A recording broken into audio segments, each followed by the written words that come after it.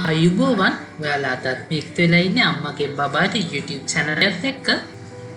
කලින් වීඩියෝ එකේ මම කතා කරා බබාලට වතුර දෙන්නේ කොහොමද කොච්චරක් දෙනවද මේ සම්බන්ධයෙන්. ඊට පස්සේ මම තවත් වීඩියෝ එකක් කරා බබාලට ලුණු සීනි හොඳ නැද්ද කියලා. අද මම කතා කරන්නේ බබාලට දෙන පළතුරු ගැන. බබාලට පළතුරු දෙන්නේ කවද්ද? කොහොමද පළතුරු දෙන්නේ? ඒ වගේම උණ කැස්ස හෙම්බ්‍රිස්සාව අවස්ථාවලදී බබාලට දෙන පළතුරු මොනවාද? මං හිතනවා ඔයාලගේ ප්‍රශ්න ගොඩකට මේ වීඩියෝ එකෙන් උත්තර ලැබෙයි කියලා. ඒ නිසා මුලින් ඉඳලා අන්තිම වෙනකම් මේ වීඩියෝ එක බලන්න කියලා මං ඉල්ලනවා.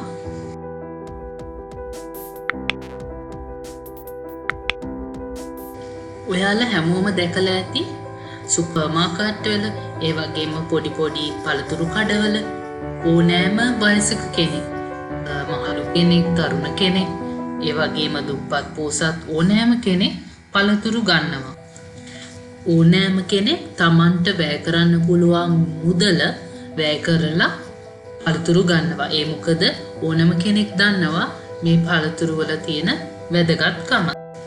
ඉතින් අපේ අම්මලා උනත් අමතර ආහාර මාස 6න් දෙන්න පටන් ගත්ත ගමන්ම බබාලට පළතුරු දෙනවා. ගොඩක් බබාලා පළතුරු කන්න ආසයි. ඒකට හේතුව ගොඩාක් පළතුරු පැණි රසයි. ඒ වගේම හරිම වර්ණවත්. ඒ දේවල් වලට බබාලා ගොඩාක් කැමතියි.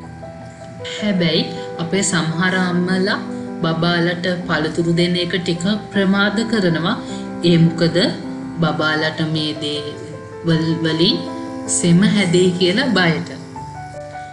ඔබත් ඒ වගේ දෙමව්පියෙක් නම් මං හිතනවා මේ වීඩියෝ එක බැලුවම ඔයාලගේ ඒ මතය වෙනස් වෙයි කියලා.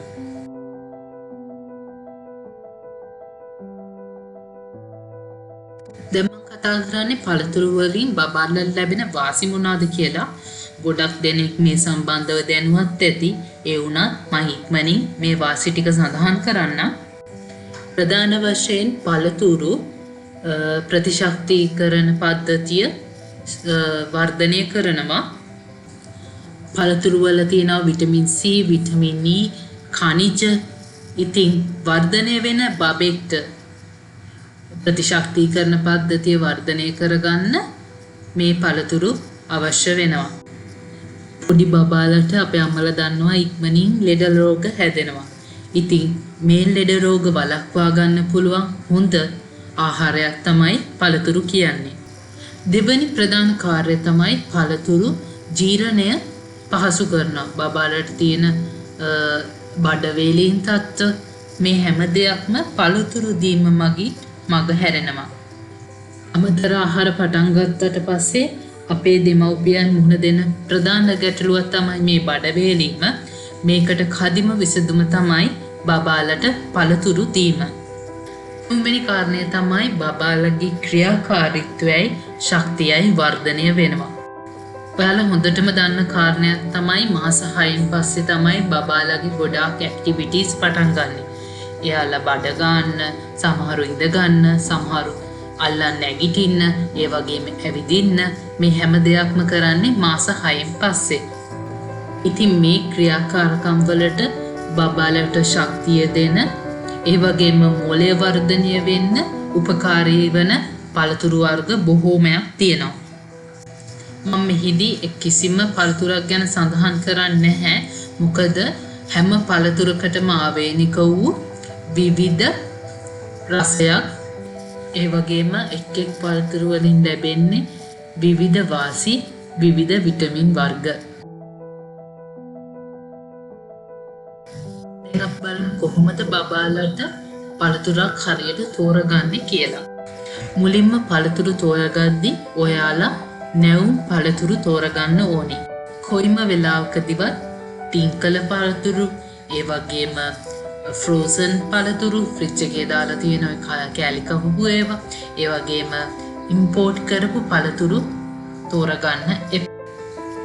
ඒවා ගොඩාක් කල් තියාගන්න කෙමිකල්ස් ಜಾති යොදලා තියෙන්නේ. ඒ නිසා පුළුවන් තරම් අපි මේ දේවල් වලින් ඈත් වෙලා ඉන්න ඕනේ.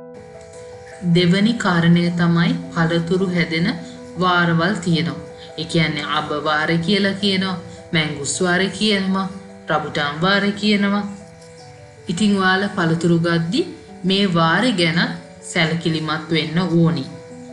උදාහරණයක් වශයෙන් ගත්තොත් ඕගොල්ලන් අබ වාරෙද්දි ගන්න අබ ගෙඩියක් නැවුම් ඒ වගේම ඒවා ශරීරයට හිතකරයි. ඉතින් අපි අඹ නැති වාරයක කොහෙන් හරි අමාරුවෙන් අඹ ගෙඩියක් හොයාගෙනගෙන බබාට දෙනවා. ඉතින් ඒ අඹ ගෙඩිය හැඳුනේ කොහොමද? කොයි රටකින් හරි ඉම්පෝට් කරාද? මේ ගැන ඔයා සැලකිලිමත් විය යුතුයි. ස්වභාව ධර්මය විසින් අපිට ඒ වාරයට අවශ්‍ය, ඒ කියන්නේ සීත කාලයේදී සීතට සුදුසු පළතුරු, රස්නේ කාලයේදී රස්නෙට සුදුසු පළතුරු තමයි අපිට ලබා දෙන්නේ හේතුවක් හැතුව. ඉතින් යම් කිසි පළතුරක් ඔයගලන් අවාරේ ලබා දෙනවා කියන්නේ සමහර විට ඒ පළතුර කල් තියා ගන්න පුළුවන් බෙහෙත් ගහලා ගොඩාක් කල් සුපර් මාකට් වල වේවා ඕනෑම කඩේක ගබඩා කරලා තිබුණු පළතුරක් වෙන්න පුළුවන්. තුන්වෙනි කාරණාව තමයි බබාට කාබනික පළතුරු. ඒ කියන්නේ ඕගනික් ෆෘට්ස්, බෙහෙත් ගහපු නැති, කෙමිකල් නැති පළතුරු දීම තමයි වැදගත්. ලංකාවේ තෝන තරම් කඩ තියෙනවා ඔයගලන්ට ඕගනික් ෆෘට්ස් ලබා ගන්න පුළුවන්. එහෙමත් නැත්නම් කරන්න තියෙන හොඳම දේ තමයි ඔයාලට වත්තේ වවන්න ඉඩක් තියෙනවා නම් වවන්න පුළුවන් පළතුරක් වවලා බබාට දෙන එක.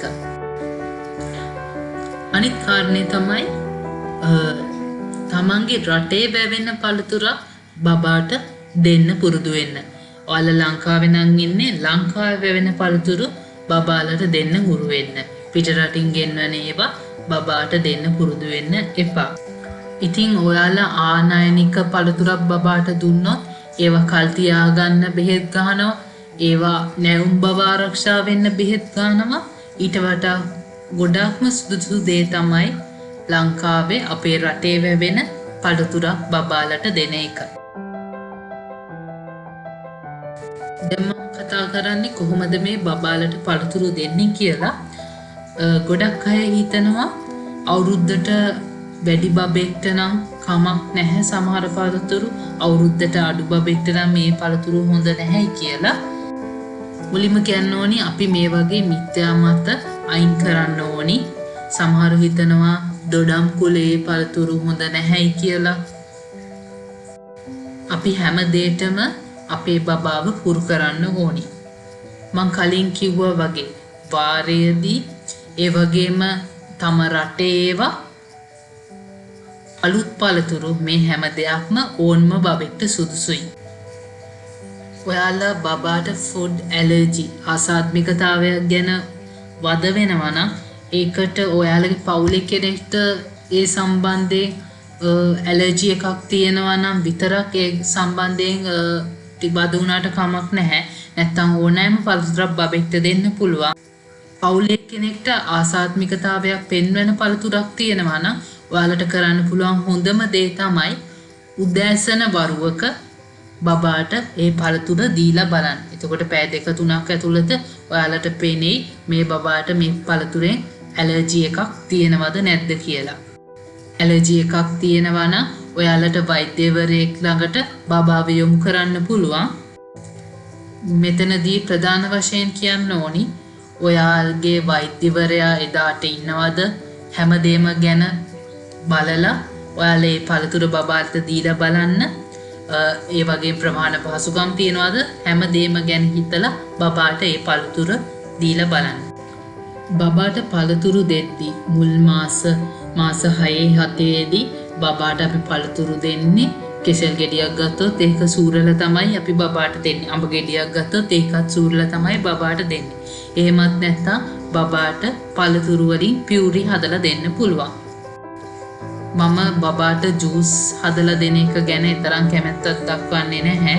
මොකද ඔයාලා ජූස් හදලා හොඳම ටික පෙනේරකින් පෙනලා ඒ ටික විසික් කරලා අර වතුර ටික විතරයි බබාලට දෙන්න පුරුදු වෙලා ඉන්නේ. ඊට පස්සේ මාස 8ක බබෙක්ට වගේ ඔයාලට පුළුවන් ඉක්මනින් හැපෙන සුළු පළතුරු වර්ග කොටු හරි දිගැටි අතට කපලා බබාට දෙන්න. හැබැයි ඒ සම්බන්ධයෙන් අම්මලා නිතරම බබා ළඟ ඉඳලා බබා කන එක ගැන දැනුවත් වෙලා ඉන්න ඕනි. මොකද බබා කද්දි බබාට හිර වුණොත් අම්මා ළඟ නැති වුණොත් එතනදී ගොඩාක් ලොකු ප්‍රශ්නයකට මුහුණ පාන්න සිදු වෙනවා. දැන් මම කතා කරන්නේ අපේ අම්මලා ගොඩක් දෙනෙක් කියන ප්‍රශ්නයක් තමයි මගේ බබා පළතුරු කන්න කැමති නැහැ කියන එක. ඉතින් මුලින්ම කියන්න ඕනි බබෙක් යම් පළතුරක් කන්න කැමති නැත්නම් ඒක බබාට බලෙන් කවන්න යන්න එපා. එතකොට ඒක යාට උපාම වෙලා යනවා. ඔයා ඒ පළතුර දවස් 10ක් 15කට ඒ පළතුර ආපහු නොදී ඉන්න. ආපහු දවස් 10කින් 15කින් දීලා බලන්න බබා කනවද කියලා. එහෙමත් කෑවේ නැත්තම් බබා කන්න කැමති වෙනත් පළතුරක් සමග පොඩ්ඩක් මික්ස් කරලා බබාට දෙන්න. ඉතින් අපේ අම්මලාට ගොඩක් ඉවසීම තියෙන්න ඕනි මේ කාරණා සම්බන්ධයෙන්. ඉවසලා ඒ වගේම try කළා කවදා හරි ඔයාලගේ උත්සාහය ජය ගනී. ගොඩක් දෙනෙක් අහන ප්‍රශ්නයක් තමයි බබාට පළතුරු දුන්නම සෙම හැදෙනවද කියන එක. එහෙමත් නැත්නම් බබාට උණ කැස්ස සෙම තියෙද්දි මම පළතුරු බබාට දුන්නට කමක් නැද්ද? මුලින්ම මම කියන්න කැමති අපි මොකක් හරි හොස්පිටල් එකකට ලෙඩෙක් බලන්න යනවා නම් මූලිකවම අරන් යන්න පුරුදු වෙලා ඉන්නේ පළතුරු නෙමෙයිද? පළතුරු කියන්නේ ප්‍රතිශක්තිය වැඩි කරන කදිම ආහාරයක්. ඒ නිසා කිසිම පළතුරක් බබාට දීම නවත්වන්න එපා.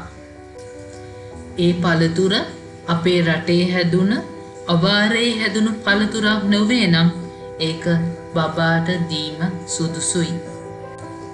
ඉතින් සමහරක් අම්මලා කියන දෙයක් තමයි මගේ බබා කලින් දවසේ හොඳට හිටියා මම බබාට ඊයේ කෙසෙල් ගෙඩියක් දුන්නා. කෙසෙල් ගෙඩිය දුන්නාට පස්සේ තමයි මේ බබාට සෙම හැදුනේ කියලා. මුලින්ම කියන්න ඕනි අපි පළතුරක් බබාට දෙද්දි ඒ පළතුර හොඳින් පිරිසිදු කරලා බබාට දෙන්න ඕනි. ඒ වගේම අපි බබාට කවද්දි බබාට කවන හැඳි ඒ වගේම කවන අම්මගේ අත් දෙක ඊටමත් පිරිසිදු වෙන්න ඕනි. එහෙම නැති කාරණා නිසා බබා ලෙඩ වෙන්න පුළුවන්. කෙසෙල් ගෙඩිය නිසා නොවෙන්න පුළුවන්. ඉතින් එතනදි තියෙන්නේ පිරිසිදුකම ගැන ප්‍රශ්නයක් මිසක් පළතුරු ගැන ප්‍රශ්නයක් නෙමෙයි. ඉතින් මං හිතනවා ඔයාලට මේ වීඩියෝ එක ගොඩාක් වැදගත් වෙන්න ඇති කියලා. බොහොම ස්තුතියි අපිත් එක්ක රැඳිලා හිටියට මේ අම්මගේ බබාට.